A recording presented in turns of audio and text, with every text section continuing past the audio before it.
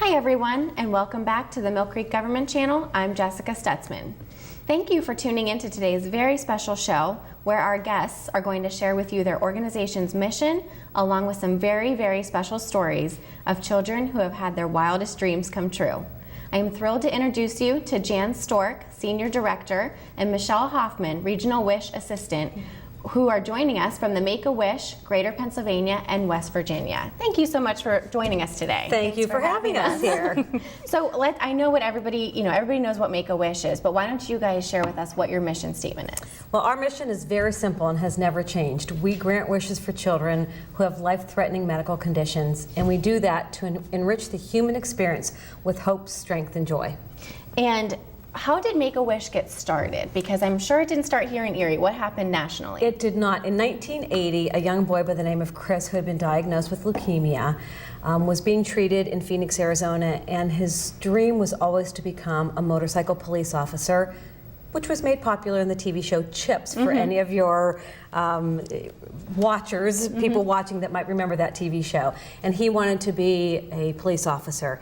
And so when his mom realized that he probably was not going to live long enough to see that dream realized, she reached out to a handful of people that she had met through Phoenix to say, is there anything you can do to help make my son's wish come true?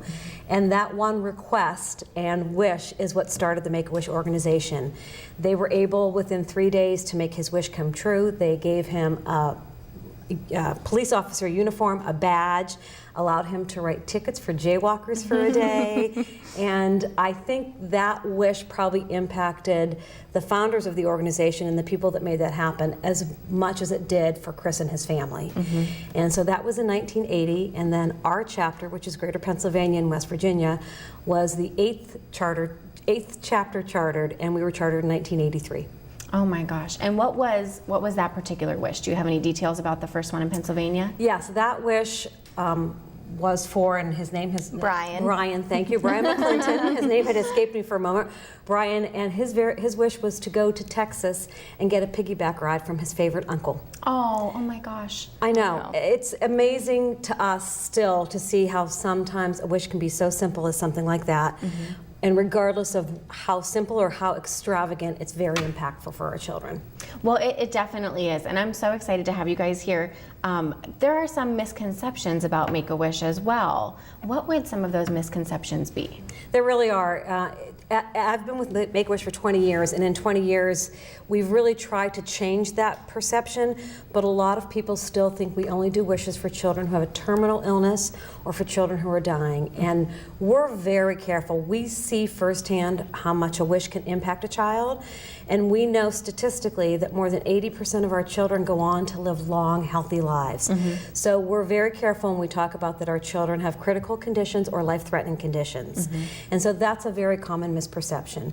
There's also a misperception that that families have to have a certain income guideline in order to have a wish fulfilled, which is not true. Anybody from any income level, because the challenges they face are not economic. It can impact their economics, but it's not because your family is wealthy or your family is not wealthy that your child is diagnosed with an illness.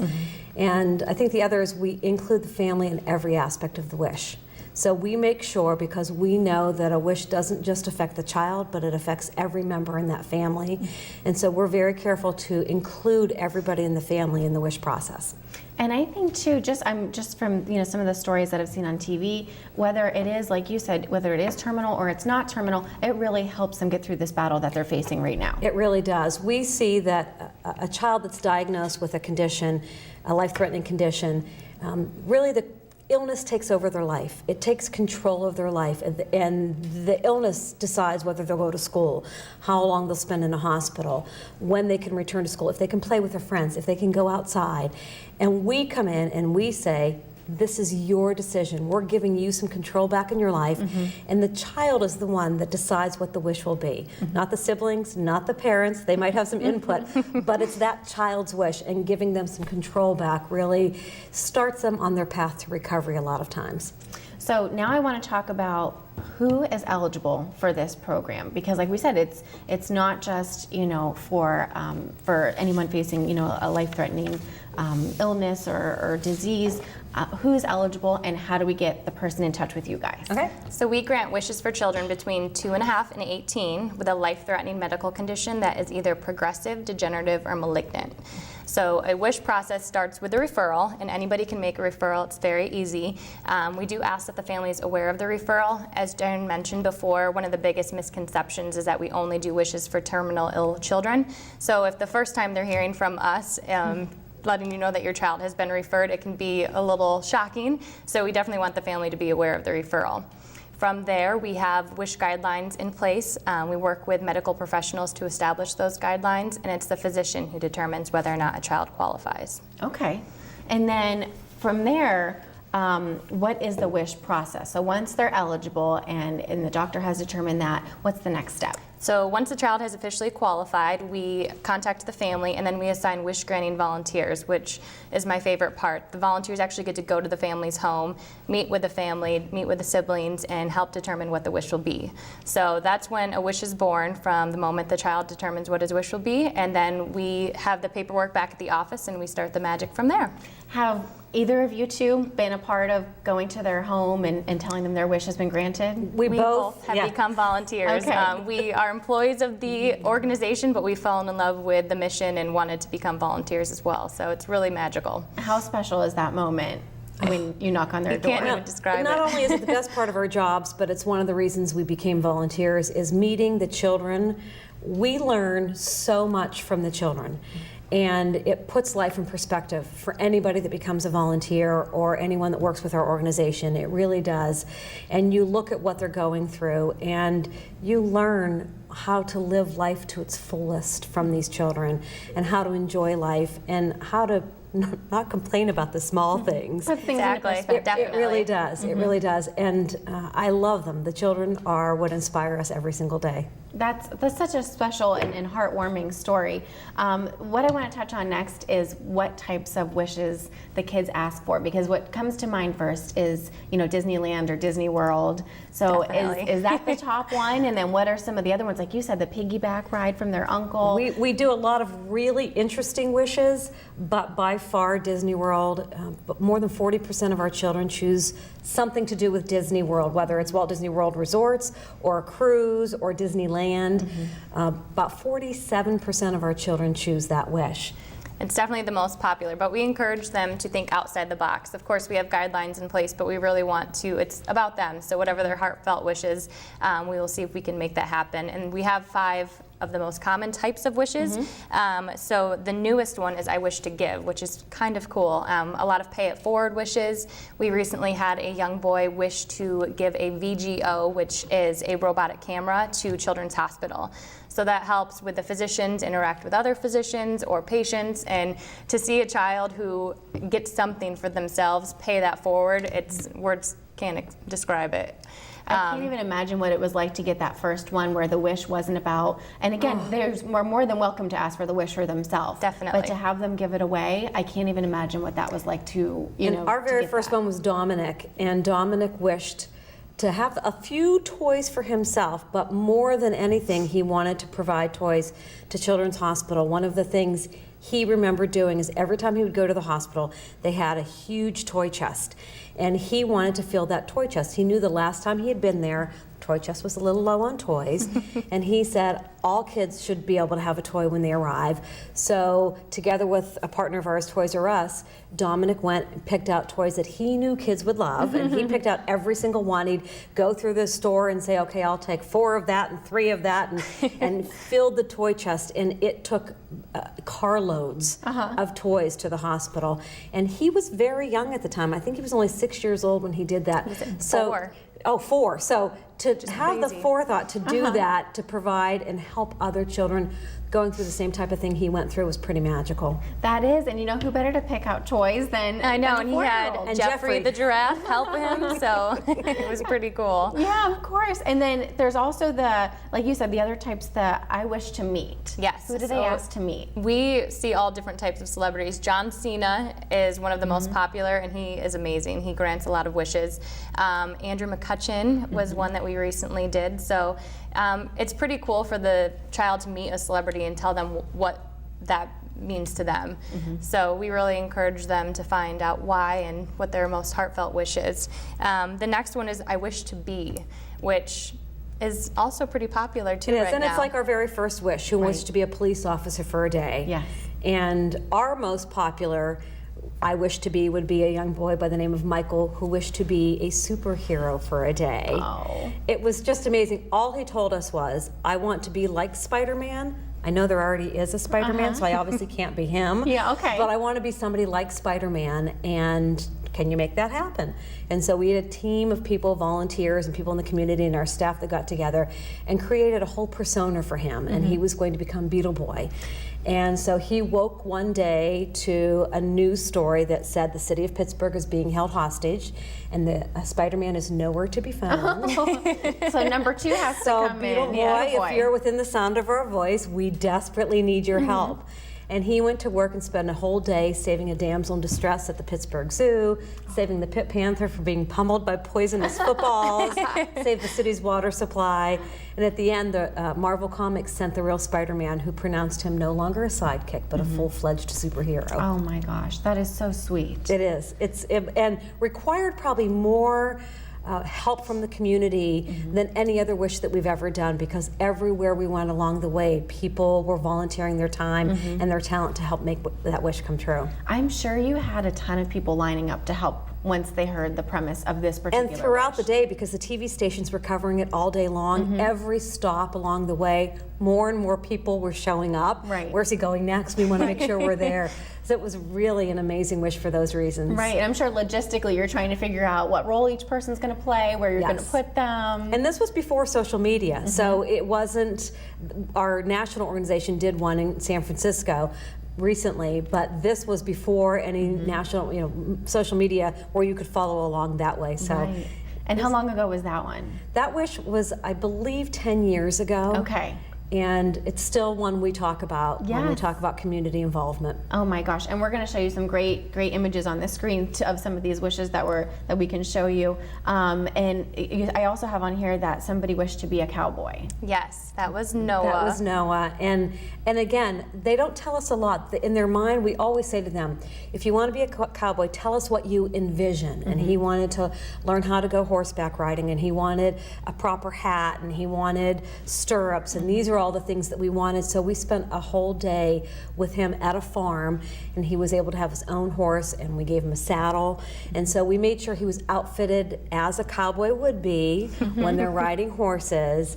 And it really was an amazing day for him. We have some adorable pictures of him being a cowboy, and he absolutely loved it, and we loved doing it. It's we love Disney wishes, but wishes that allow us to be creative, we love those too. Well, and I can tell by the way you guys, every time I ask you about a certain wish, both of you guys light up, and I just don't know who to turn to first to get the story. So One of the things too we have them do during the meeting is draw a picture, because like Jan said, we can't always determine what they are actually envisioning. So that's something, by creating a wish art, even for children who are nonverbal, they can communicate that way and help us to understand what's most important to them. So I'm sure those pictures are very helpful too, because you might see something in that photo that they aren't, like you said, verbalizing or saying. Exactly. I want a cowboy Right. hat. But if you're looking at that photo and And the you're hat's seeing there, he's got the whole outfit on, and so you know.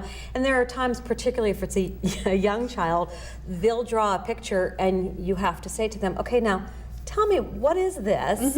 Yeah. I'm not sure if I understand, because it's really something you would never know by looking at it. And they Right. will describe to you in detail, this is a palm tree, or this is Mickey Mouse, and this is Cinderella's castle. And then you know that they want to go to Disney World, and Mickey Right. Mouse might be their favorite character. Right, So right. it really does help. How funny. And then we also, I wish to have. Can you tell me something about that those is another wishes? pretty popular one. A lot of kids will want to go on a shopping spree. One of my first wishes was he wanted a camper.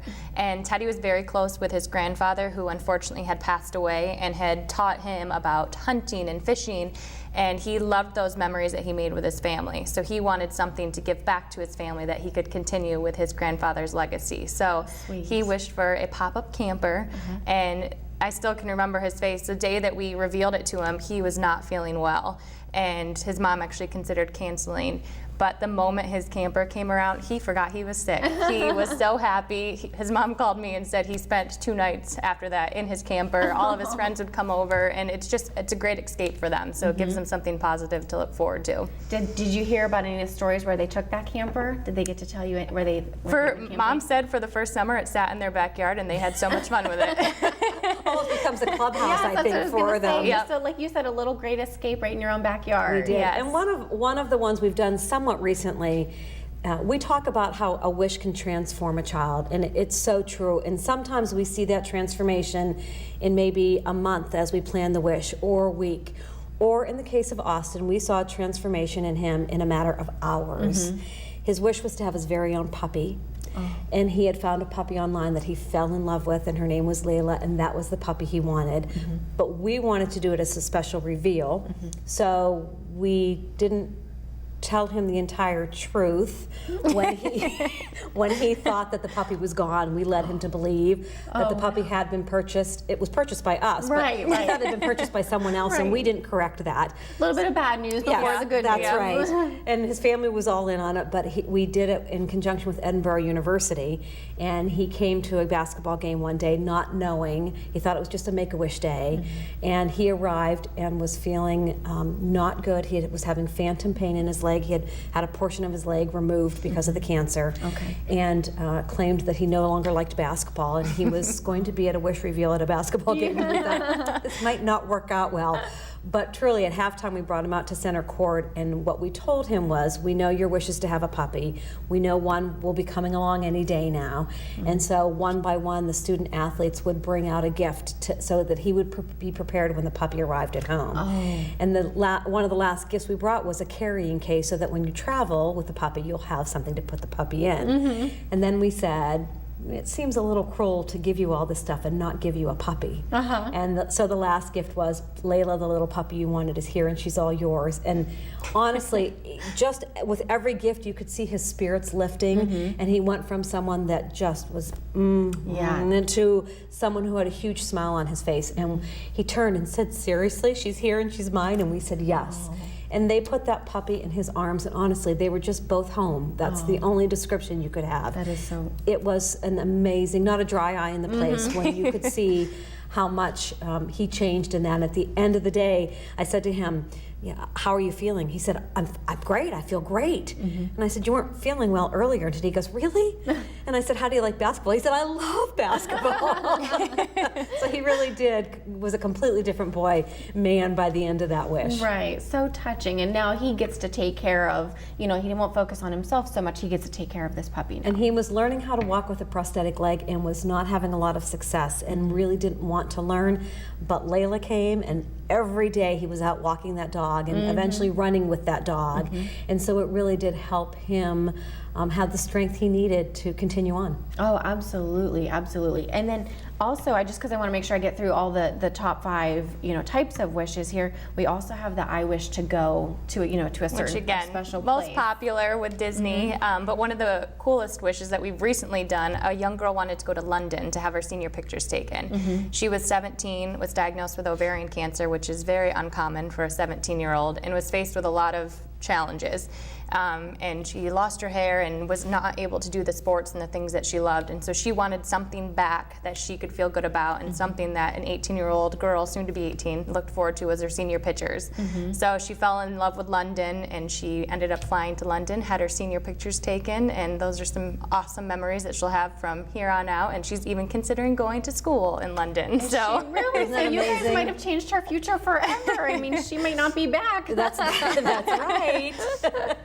And as we said earlier, we always ask the kids, either to draw pictures or tell us. And one of the wishes that I was personally involved with as a volunteer was for Avery. When we first met Avery, she had been going through cancer treatments, had lost all of her hair, and was very shy.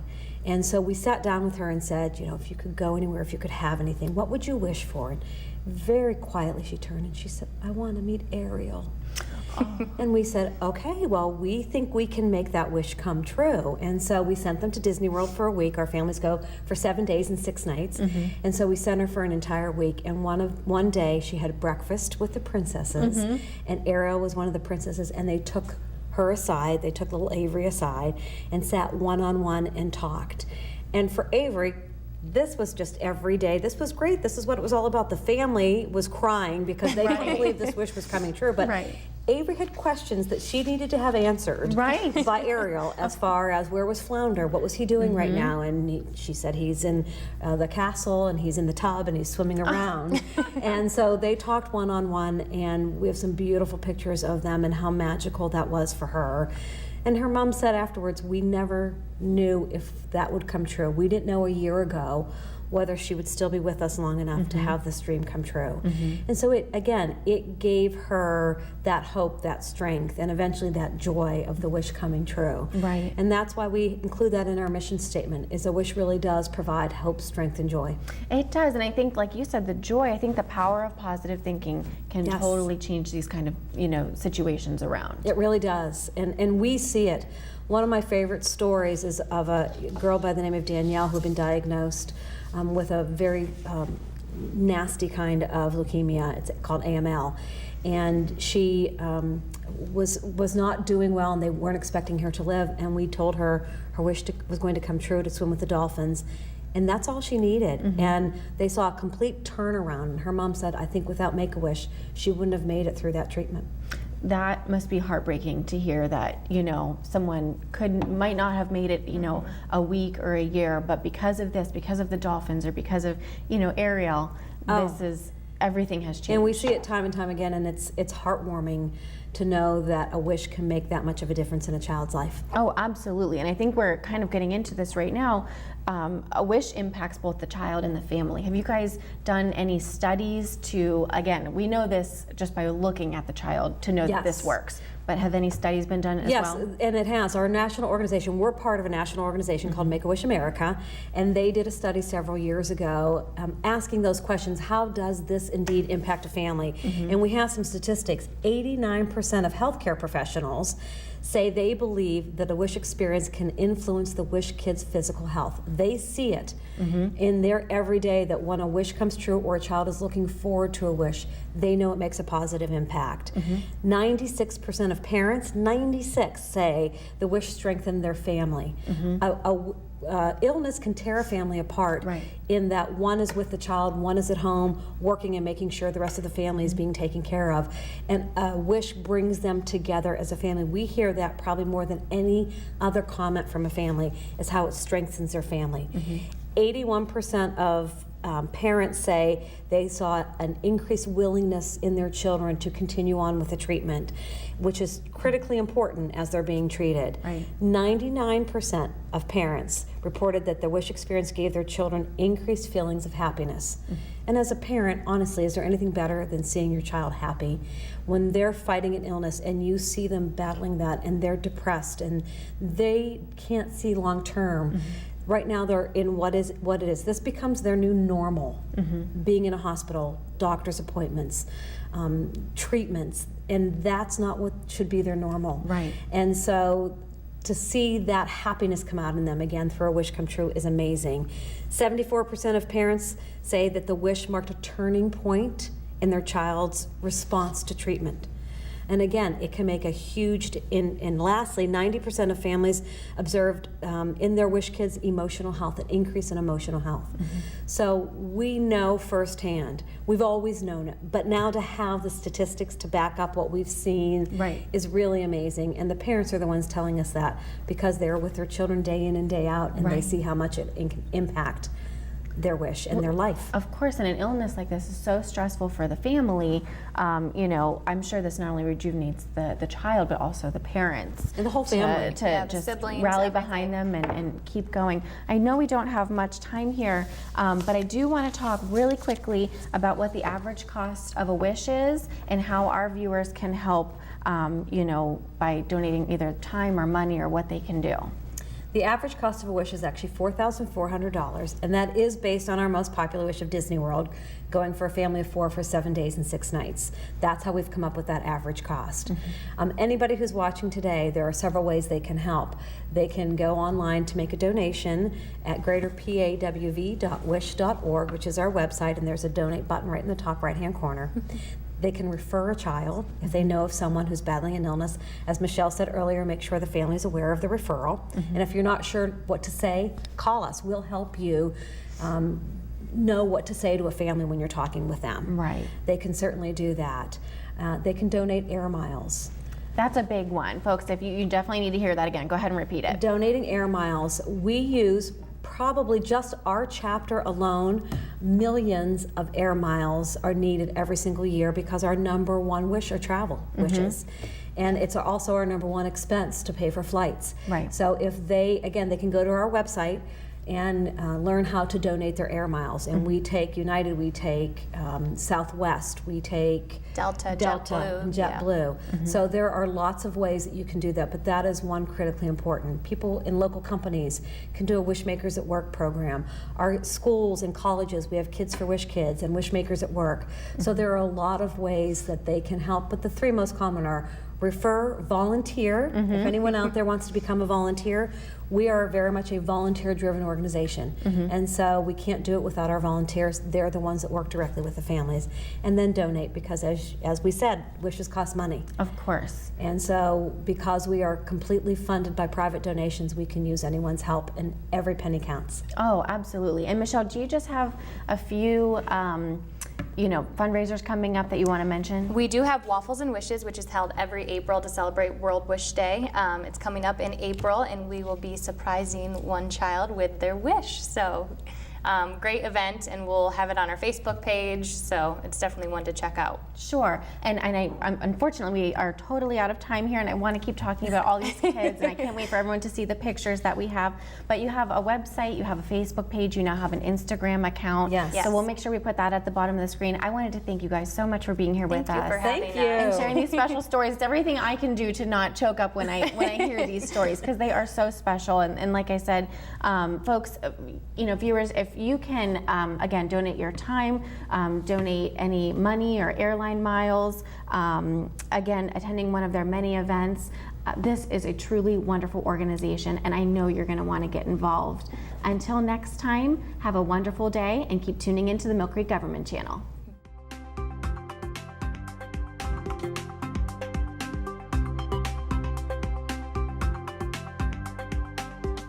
You're watching the Mill Creek Government Channel, powered by WQLN Public Media.